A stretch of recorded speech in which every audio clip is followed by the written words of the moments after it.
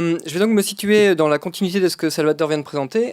Salvatore s'est centré sur l'apport des neurosciences à la compréhension des mécanismes cognitifs et impulsifs. Moi, je vais essayer de montrer comment les neurosciences ont, durant ces, disons, 10 dernières années, pu amener de nouvelles connaissances et une meilleure compréhension des troubles émotionnels et interpersonnels ou sociaux dans l'alcoolodépendance.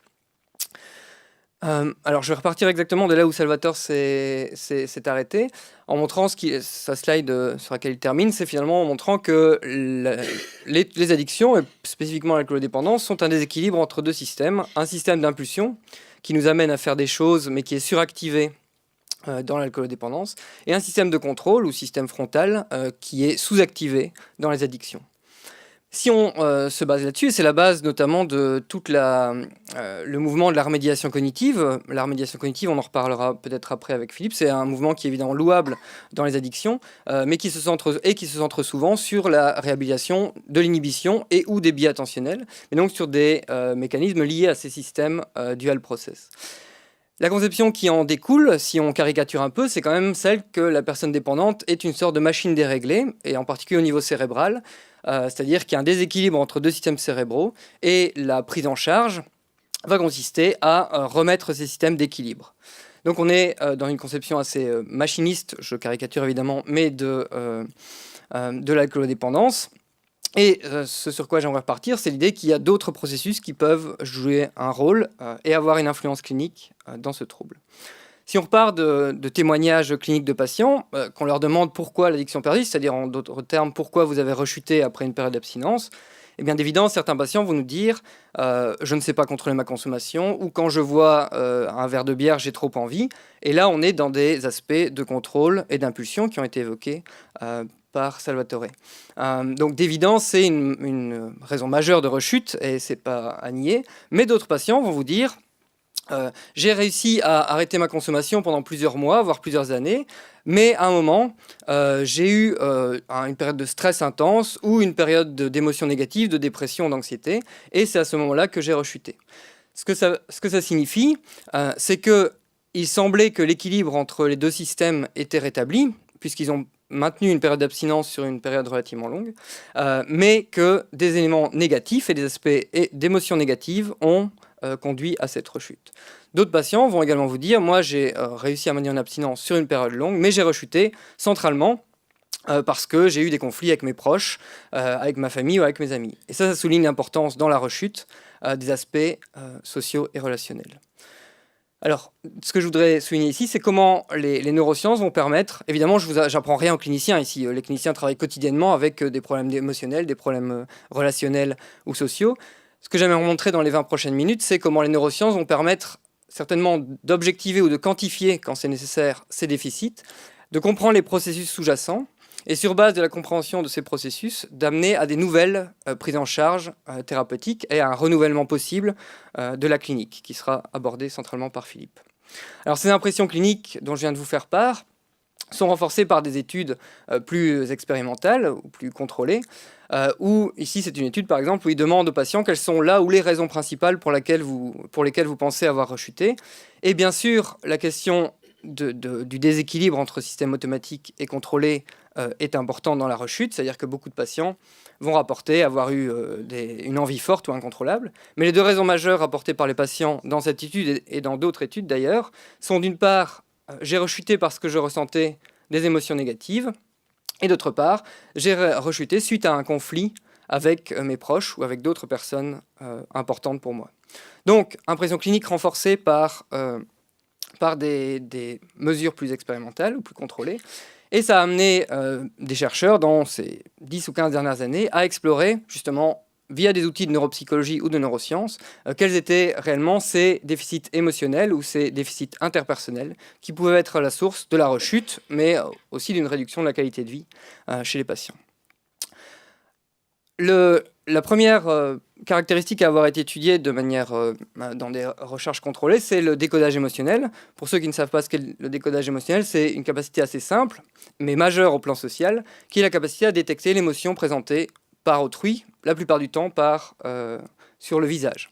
Par exemple, c'est la capacité pour vous à dire que cette personne, manifestement, exprime, vous n'êtes pas très bon, de la joie, ou en tout cas un contentement, même s'il est contenu, bien évidemment, alors que cette personne-ci présente, sinon de la tristesse, au moins une sorte de désapprobation, bien compréhensible, vu l'état actuel de la France. Mais ce n'est pas l'objet de ma présentation. Donc, globalement, vous êtes capable, j'espère pour vous, que vous êtes capable de détecter des émotions positives ou négatives exprimées par le visage d'autrui. Et il y a eu beaucoup d'études dans ces 15-20 dernières années sur la capacité des patients alcoolodépendants à détecter ces émotions. Et je vous passe les détails, mais avec différentes intensités, avec différentes orientations du visage. La conclusion de ces études, globalement, c'est que les patients alcoolodépendants, en particulier après le sevrage, donc souvent ils sont testés après entre 15 jours et 1 mois d'abstinence, donc au sortir du sevrage, ont des difficultés à correctement identifier les émotions exprimées par autrui. Ils les identifient mal, ils surestiment surtout les émotions négatives, et j'y reviens tout de suite, et ils n'ont pas conscience de leurs troubles. Donc évidemment, d'un point de vue clinique, vous imaginez bien que si vous n'arrivez pas à correctement identifier les émotions chez autrui, ça va amener à des difficultés interpersonnelles. Donc le déficit, on a voulu creuser un peu ça avec des techniques de neurosciences. Ce déficit est évidemment majeur dans les émotions ambiguës. C'est-à-dire que si on vous présente un visage qui sourit outrageusement, les alcooliques, les personnes alcoolodépendantes ne vont pas dire que c'est de la tristesse. Idem, si on vous présente un visage manifestement en colère, le déficit ne va pas être marqué. Mais dans la vie courante, enfin, dans ma vie en tout cas, je ne sais pas quelle est votre vie, mais on rencontre rarement des expressions qui sont aussi excessives ou stéréotypiques. Et donc nous, on a créé des stimuli ambigus qui sont des mix, des morphings entre une émotion positive, la joie ici, et une émotion négative, la colère. Et ce qu'on observe globalement, c'est un biais chez les personnes alcoolodépendantes vers la négativité. C'est-à-dire que là où une personne non saine ou contrôle va considérer dans 50% des temps, des fois quand on lui présente ce stimulus, que c'est de la joie, et dans 50% des temps de la colère, puisque c'est 50-50, les personnes alcoolodépendantes vont avoir tendance à surestimer la colère et à dire plus souvent que ce type de visage exprime de la colère. Surestimation de la colère, évidemment, et encore une fois, ça fait peut-être écho pour certains cliniciens à cette tendance à l'agressivité ou à la réaction agressive des patients. Si vous leur souriez ou si vous avez une expression relativement neutre et qu'ils interprètent ça comme de la colère, on peut comprendre qu'ils réagissent de manière agressive. On a voulu voir via les potentiels évoqués, l'électroencéphalogramme, ce qui se passait au niveau cérébral sur base de ce déficit observé au niveau comportemental. Et ce qu'on observe, vous avez c'est un cerveau avec l'avant de la tête là, ça c'était une orbite.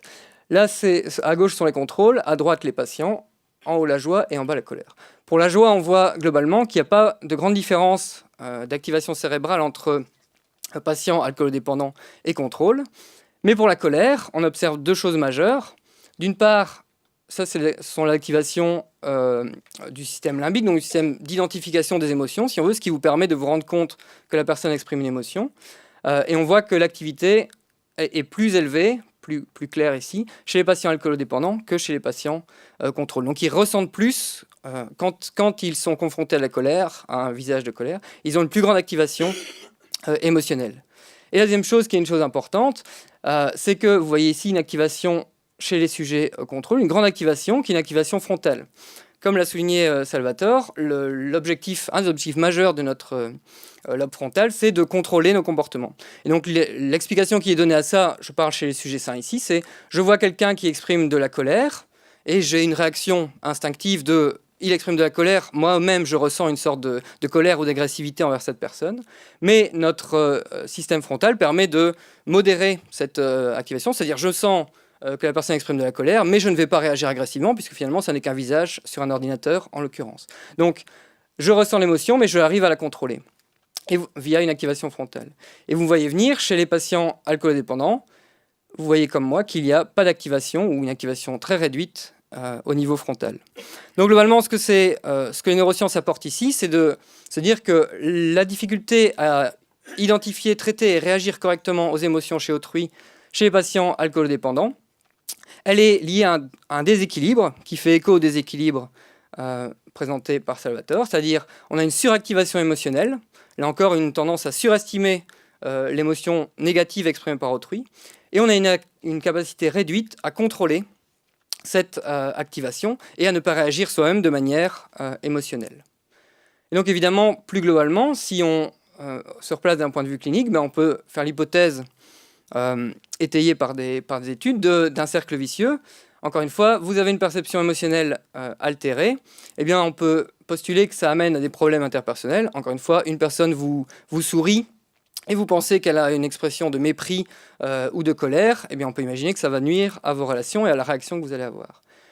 Et le cercle vicieux se referme quand on considère que ces problèmes interpersonnels vont accentuer l'isolement, les difficultés à s'insérer dans la société des personnes alcoolodépendantes, et mener potentiellement à une hausse de la consommation d'alcool ou un maintien de la consommation d'alcool utilisé comme stratégie de coping pour faire face à ces problèmes ou à cet isolement. Et la hausse de la consommation, via ses effets cognitifs et cérébraux, vont accentuer ce déficit émotionnel. Donc on a une hypothèse d'un cercle vicieux. Ce n'est pas simplement qu'ils ont des difficultés à reconnaître les émotions, c'est que ces difficultés peuvent participer activement au maintien de la pathologie. Maintenant, ces études sur le décodage émotionnel, bien, elles sont liées aux problèmes interpersonnels, mais elles ne permettent pas d'explorer directement ces problèmes interpersonnels. Et donc une question qu'on s'est posée ensuite, c'est est-ce qu'on peut explorer plus directement ces problèmes interpersonnels, ou en tout cas les capacités qui sous-tendent les problèmes interpersonnels. Et donc ça, c'est les neurosciences sociales, les neurosciences de la cognition sociale. Je vais juste vous montrer quelques exemples d'études qui explorent des capacités centrales de la cognition sociale, à savoir l'empathie, la théorie de l'esprit, et puis une étude sur le rejet social et l'ostracisme. Donc encore une fois, la cognition sociale, c'est vraiment un grand champ, avec différentes sous-composantes. Je vais juste me centrer ici sur 3 illustrations de ce que les neurosciences peuvent apporter à ce champ qui est encore très naissant et balbutiant. Pour ce qui est de l'empathie, je ne vais pas vous faire un cours sur l'empathie, mais globalement, l'empathie, on peut la diviser en 2 grandes catégories. L'empathie cognitive, qui est la capacité à comprendre les pensées ou les intentions d'autrui, indépendamment de leur contenu émotionnel. Donc je suis capable de comprendre dans une conversation ce que les autres pensent ou quelles sont les idées qu'ils veulent développer. Et puis l'empathie émotionnelle, qui est une composante qui est plus liée à la capacité à ressentir les émotions d'autrui. Quelqu'un ressent une émotion, je suis capable de la ressentir moi-même et de l'utiliser socialement. Et donc ce qu'on observe ici sur base d'une étude par questionnaire, où globalement on pose ce genre de questions aux patients alcoolodépendants, on observe qu'ils ne reportent pas de déficit d'empathie cognitive. Donc quand il s'agit de comprendre ce que les autres pensent, ils ne semblent pas avoir de difficultés, quand c'est comprendre ce que les autres pensent de manière neutre. Par contre, quand il y a un contenu émotionnel en jeu, eh bien on voit qu'il y a un déficit, c'est sur différentes échelles, mais peu importe ici. Globalement, quand il y a un contenu émotionnel en jeu, les patients alcoolodépendants vont avoir des difficultés à comprendre cette émotion et à l'utiliser de manière sociale. Donc là, on voit l'intérêt de cette étude, c'est de montrer qu'il y a une dissociation. Ce n'est pas simplement qu'ils sont déficitaires pour tout, mais ils semblent plus déficitaires, en tout cas ici en auto-rapporté, pour les aspects émotionnels que pour les aspects cognitifs, de capacité à comprendre globalement les pensées. Alors, une deuxième manière d'aller un peu plus loin, et plus de manière pas auto-rapportée, mais là, via une tâche expérimentale, c'est d'explorer la théorie de l'esprit, qui est là aussi la capacité, très globalement, à comprendre et utiliser les informations sociales données par autrui. Donc, pour que vous puissiez, pour les gens qui ne sont pas familiers avec les approches expérimentales, vous faire une idée de ce qu'on fait faire aux patients concrètement, je vais vous montrer un item. Donc, l'idée ici, c'est de voir une interaction sociale, et puis une question vous sera posée sur cette interaction sociale. Irish Pub. Ah oui, Irish Pub. C'était incroyable. J'y pense encore souvent. T'avais un peu bu, hein? Je t'avais jamais vu comme ça. Oui, en plus, j'ai eu la chance de rencontrer Ben. C'est vrai. C'est lui que je devrais remercier pour la soirée. Et on n'avait pas prévu de manger tous ensemble. C'est sûr, mais j'aimerais mieux jouer au tennis avec toi, comme on avait dit. Voilà, hormis le fait que ça rappellera à certains d'entre vous des épisodes de Derrick pour les plus anciens, c'est le type de tâche qu'on fait passer concrètement aux patients. Ça vous fait une idée. Et puis on leur demande, question de théorie de l'esprit, pourquoi Michael, qui est, vous l'aurez compris, l'homme dans l'interaction, dit cela à Anna. Et on a différentes réponses possibles. Je ne vais pas vous demander de répondre ici, mais la réponse qui est correcte, une interprétation correcte de cette interaction sociale, c'est de dire que globalement, il va rencontrer Anna seule à seule. On a des items qui montrent une absence complète de théorie de l'esprit, c'est-à-dire il est un bon joueur de tennis, une sous-théorie de l'esprit, et puis aussi, ce qui est intéressant dans cette tâche, c'est qu'on peut avoir une évaluation de la tendance à surinterpréter les interactions sociales, et donc ça c'est la première réponse.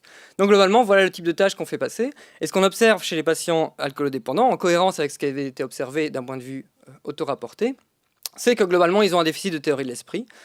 Très bien, ils ont plus de difficultés à comprendre ce qui se passe dans l'interaction et à les évaluer correctement. Mais quand on sépare les vidéos qui sont liées à l'interprétation d'un état ou d'une intention, comme c'était le cas ici, des essais dans lesquels il y a un aspect émotionnel, eh bien on voit que globalement, la difficulté n'est pas significative et plus faible pour les aspects cognitifs, alors qu'elle est plus marquée pour les aspects émotionnels.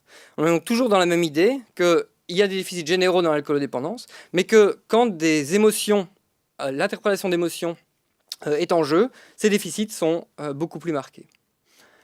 Un dernier exemple d'approche de neuropsychologie ou de neurosciences sociale, c'est une étude qu'on a fait en IRM, avec un paradigme de rejet social qui est assez simple. Le patient est couché dans une IRM et il est représenté par cette main, et on lui dit simplement, vous allez devoir, quand vous recevez la balle, l'envoyer à gauche ou à droite, et ces deux autres joueurs sont des joueurs qui sont des joueurs réels dans une autre IRM. Donc c'est faux évidemment, c'est une vile manipulation de notre part, mais globalement le patient ou le participant considère que ces deux joueurs sont deux autres personnes qui elles aussi décident de passer la balle au patient ou à la troisième personne. Dans une première phase, tout se passe bien, le patient reçoit la balle, il l'envoie à gauche ou à droite, mais dans une deuxième phase, et il n'est pas au courant de cette transition, les deux autres joueurs commencent à jouer ensemble, de manière égoïste, et donc le patient est là à attendre, à être couché dans le scanner et à attendre la balle, qui ne vient jamais. Pendant 5 secondes, ça va. Pendant 2 minutes, on peut imaginer, et on fait plus qu'imaginer, qu'il y a un sentiment d'exclusion, c'est-à-dire il y a deux autres personnes qui jouent ensemble, qui se passent la balle, et qui ne me la donnent jamais. Okay, ça paraît basique, mais ça évoque un sentiment de rejet ou d'ostracisme qui est majeur. Ça vient d'une étude de Heisenberger, publiée dans Science en 2003. Ça, c'est chez des sujets sains. Là aussi, on génère un sentiment de rejet social qui est marqué par deux activations cérébrales majeures. D'une part, une activation du cortex singulaire et de l'insula, mais peu importe les zones, c'est l'idée qu'on a un sentiment de rejet social. Ces activations, plus elle est forte, plus on se sent rejeté socialement dans cette interaction, et plus on se dit quand même, c'est vraiment des crapules de m'isoler comme ça pendant plusieurs minutes. Donc ça, c'est le sentiment de rejet social. Mais d'autre part, on a une activité plus frontale, ventromédiane, qui est liée à la régulation de ce rejet. Là encore, je suis rejeté et ça m'énerve et ça m'évoque des émotions négatives, mais en même temps, je ne vais pas sortir du scanner pour aller frapper les autres personnes, j'attends que ça passe et je régule ce sentiment. Chez les sujets sains, on a donc ces deux activités qui créent une balance finalement, j'accepte d'être rejeté temporairement. Et on a voulu voir ce qui se passait chez les patients alcoolodépendants. Et ce qui se passe, c'est deux choses. D'une part, on observe chez les patients alcoolodépendants une suractivation de l'insula pendant le rejet. Globalement, ça veut toujours dire la même chose, c'est-à-dire quand ils sont rejetés, ils se sentent beaucoup plus rejetés que les patients contrôle. Et là aussi, ça fait certainement écho à des aspects cliniques. Ce sont des personnes qui ont une sensibilité très forte au fait d'être rejetées socialement, et c'est caractérisé par une suractivation de l'insula. Mais la deuxième chose, c'est que chez les sujets sains, on réplique ce qui avait été observé dans l'étude chez l'étude initiale, c'est-à-dire qu'il y a une activité frontale qui vient réguler ce sentiment de rejet social. Chez les patients, ce qu'on observe, c'est pas du tout ça, ces zones ne sont pas activées, donc plus le carré gris est haut, plus c'est activé. Là, on voit une désactivation, ou en tout cas une non-activation de ces zones. Ce que ça veut dire concrètement, c'est qu'on en revient à ce déséquilibre, ici entre une sursensibilité au rejet social, ils se sentent plus rejetés quand ils sont ostracisés par autrui, et en même temps, ils ont moins de capacité à réguler ce rejet social. Donc c'est pas simplement l'apport des neurosciences ici, à mon sens, et qui va avoir une influence au niveau clinique, c'est que c'est pas simplement qu'ils sont sensibles ou sursensibles au rejet social, c'est aussi qu'ils ont une sous-capacité à réguler ce rejet. On pourrait imaginer, et c'est le cas par exemple dans les troubles anxieux, qu'il y a une sursensibilité au rejet social, mais qui est régulée par une capacité de contrôle frontal. Je me sens très rejeté, mais je vais faire face et je vais continuer à agir normalement, entre guillemets, au niveau des interactions sociales. Et bien ici, ce déséquilibre peut expliquer des réactions agressives ou une incapacité vraiment à vivre avec ce rejet chez les personnes alcoolodépendantes. Et donc cette sursensibilité au rejet nous a amené à pousser le curseur encore plus loin via des études récentes. liées à la déshumanisation. Donc la déshumanisation, c'est un concept qui vient de psychologie sociale et qui est globalement l'idée que, implicitement ou explicitement, il y a des situations où on considère autrui comme étant moins humain, où on lui dénie le fait d'appartenir à l'humanité. C'est-à-dire on le considère comme un objet, comme un animal. Alors évidemment, ça vient de contextes historiques dramatiques où, par exemple, les Juifs étaient souvent considérés comme de la vermine, comme des rats. On a beaucoup de littérature sur l'association entre, la déshumanisation via le lien avec un animal. On a des exemples plus récents, la prison d'Abu Ghraib, où on a des considérations de personnes comme une déshumanisation forte de ces personnes. Et on a une littérature émergente en psychiatrie. Encore une fois, je ne veux pas ici choquer les cliniciens en suggérant qu'ils traitent les patients comme des animaux, mais on a des aspects de la psychiatrie qui peuvent être liés à une déshumanisation au moins implicite. Des patients qui sont enfermés, des patients qui n'ont pas d'intimité, des patients qui... on pourrait discuter de cela. Quoi qu'il en soit, notre question c'était, est-ce que les patients alcoolodépendants se sentent ou ont un sentiment de déshumanisation, d'être déshumanisés ou considérés comme moins humains par autrui, donc par la société, par leurs proches ou par le personnel soignant. Et ce qu'on a observé, c'est l'objet de la thèse de Sullivan Fontes, qui travaille dans notre laboratoire, c'est que oui, il y a une expérience forte de déshumanisation chez les patients alcoolodépendants. Ils rapportent des scores intenses de sentiment d'être déshumanisés, soit par la société, d'être stigmatisés, rejetés par la société, soit par leurs proches, encore une fois, ou aussi durant leur cure de désintoxication, leur séjour en hôpital psychiatrique. Alors encore une fois, je ne suis pas en train de dire qu'ils sont réellement déshumanisés, je suis en train de dire qu'ils ont le sentiment de l'être. Et je pense qu'au niveau clinique, ça a une importance. C'est d'autant plus important que cette expérience de déshumanisation a des conséquences concrètes au plan personnel et clinique. C'est-à-dire, plus on est déshumanisé, plus on va avoir d'émotions négatives, donc accentuation des aspects dépressifs, des aspects négatifs, d'émotions négatives. Ça a aussi des conséquences comportementales. Plus on se sent déshumanisé, moins on va avoir de capacité auto-rapportée à maintenir l'abstinence ou à refuser de l'alcool en sortant. Donc c'est-à-dire, plus on a le sentiment d'être rejeté de l'humanité ou déconsidéré, moins on va avoir de confiance en soi sur sa capacité à maintenir l'abstinence au sortir de la cure. Et enfin, des conséquences autoperceptives, diminution de l'estime de soi, donc plus on est déshumanisé, plus l'estime de soi est faible, mais aussi intégration de la déshumanisation. L'autodéshumanisation, c'est j'ai été déshumanisé par autrui, et à force de faire l'expérience de cette déshumanisation, j'ai moi-même intégré l'idée que je suis moins humain qu'autrui et que je suis un sous-humain. Donc on peut avoir des conséquences sur la perception de soi qui sont massives. L'aspect positif là-dedans, c'est qu'on voit que ces liens entre expérience de déshumanisation et conséquences concrètes au plan clinique sont modérés par le support social.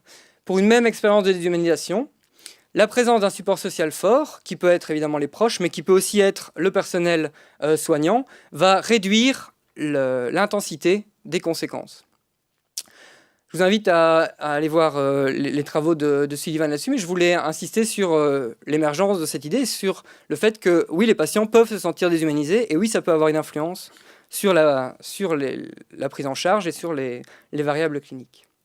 Donc, pour conclure, clairement, l'aspect central, c'est que l'addiction est évidemment un trouble du contrôle des impulsions, mais pas que un trouble du contrôle des impulsions.